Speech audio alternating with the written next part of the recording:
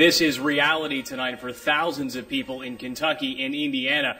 No power, no lights, patience wearing thin. And tonight officials say it's going to be a long few weeks ahead.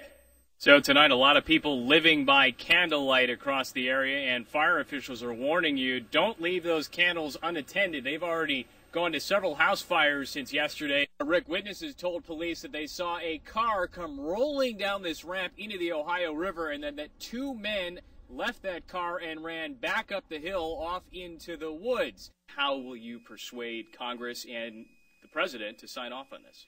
Well, if I were president, I would be in a good position to persuade them. Let me set the scene for you.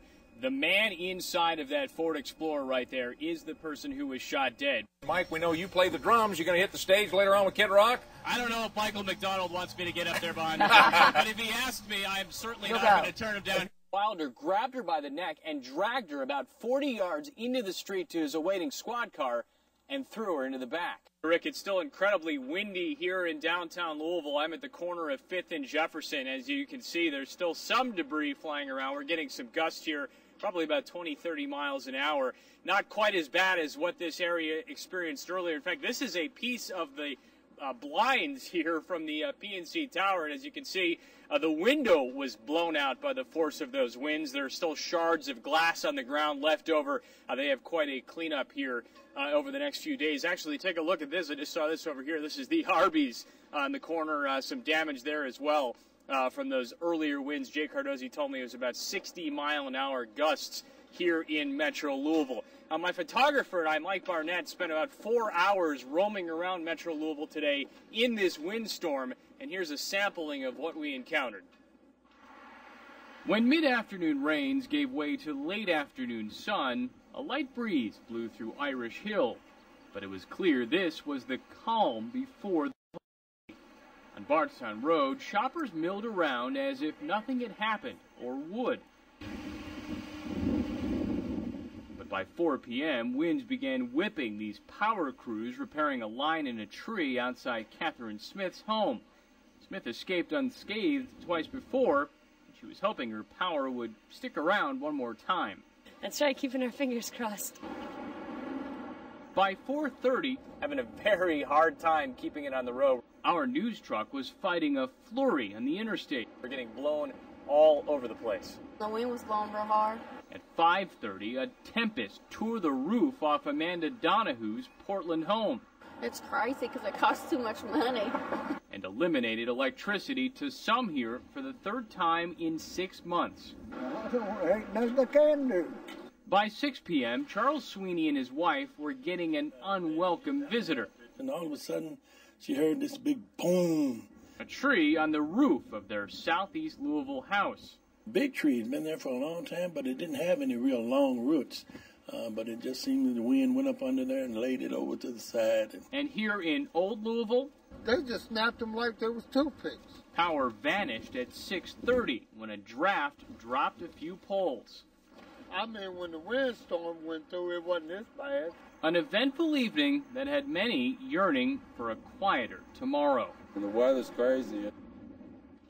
Nasty weather indeed, and as you can see, some of the shards of glass there left over from the PNC Tower where this window here was blown out. Still very breezy at this hour. MetroSafe Dispatch tells me the bulk of the problems that emergency first responders experienced here tonight dealt with those power lines down, some trees down, a little bit of structural damage, and thankfully, Rick and Vicki, no injuries, at least here in Metro Louisville.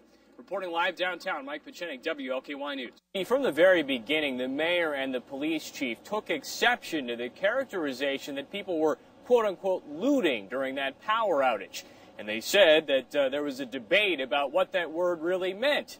Well, there is no debate based on the records we found that burglaries did spike during that week. In the wake of last month's windstorm, more than 300,000 customers had no power, leaving homes and businesses vulnerable. At the time, we wondered if thieves were taking advantage of the situation. This was Mayor Jerry Abramson's response. Can you talk about the looting issue? I don't know if the chief... Let's stop for a minute. Why don't you reframe that question? There were a couple of burglaries that happened on Broadway. Now ask me the question. In fact, these records show there'd been a dozen reported burglaries all over the city the night before, the night the storm hit. And Target 32 found it got much worse before it got better. In the first 24 hours of the power outage, we found burglary cases nearly quadrupled across the city. Records show police responded to more than 190 burglaries in Metro Louisville during the first week of the power outage, a 23% jump over the week before the outage, a nearly 30% jump over the same week last year. Back in the 70s, they did the same thing, you know, when we had they had the riots. Among the victims, Laker City on West Jefferson. Burglars busted in the first night of the blackout. The power got knocked out by winds, you know, and you want to take advantage of it? They went down the stairs.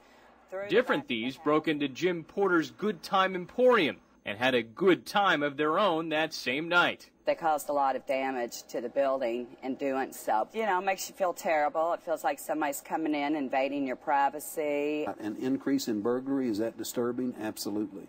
That's disturbing. But Metro Police Lieutenant Colonel Philip Turner says it could have been worse.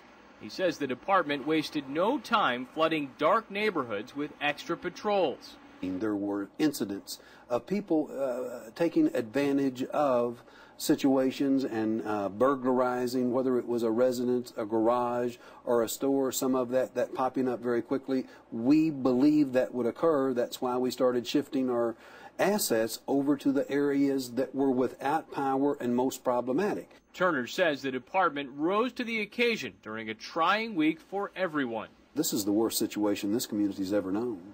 But when it came to crime that week, how bad depended on who you asked. It is what it is, and it isn't what it isn't. Things are back to normal on this campus after what was a very tense afternoon. The VP of Student Affairs, Howard Bailey, laid out the day like this for us.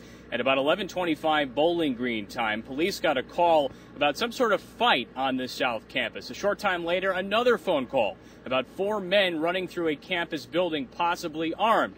Then another 911 call about possible shots fired on the South Campus, and another call about possible shots fired on the main campus near Pierce Ford Tower.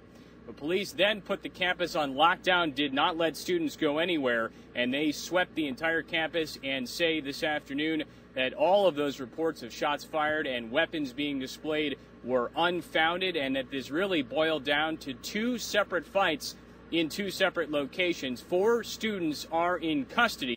Shively police are investigating a shooting at this hour at a car wash off Dixie Highway. Right now, police are still looking for a suspect. If you have any information that could help their investigation, you can call the anonymous police tip line. That number is 574-LMPD. A southern Indiana driveway turned into a runway this afternoon after a plane made an emergency landing. It happened about 3 o'clock in Otisco, Indiana. Police say the pilot of this single-engine plane reported smoke in the cabin before landing it here in the 7200 block of State Road 3. Police say the 2 people on board were not injured thanks to the pilot's skill.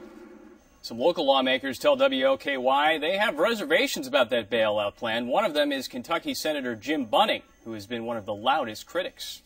Well, Congress did take action on a spending bill that will mean more money for a new Louisville VA hospital. You could be close to 40 degrees in some of the outskirts of town, so it's going to be kind of cool. Very cool. Yeah. Football weather. Football, yes. Speaking of football, coming up, Indiana loses its 2nd in a row, this time in a conference game.